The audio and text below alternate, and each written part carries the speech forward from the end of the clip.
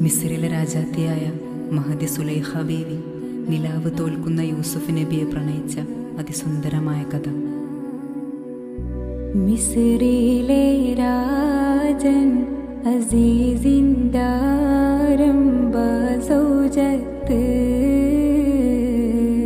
മിന്നിത്തിളങ്ങി വിളങ്ങും സീനത്തൊളി രാജാത്തി ഇഷ്ക കട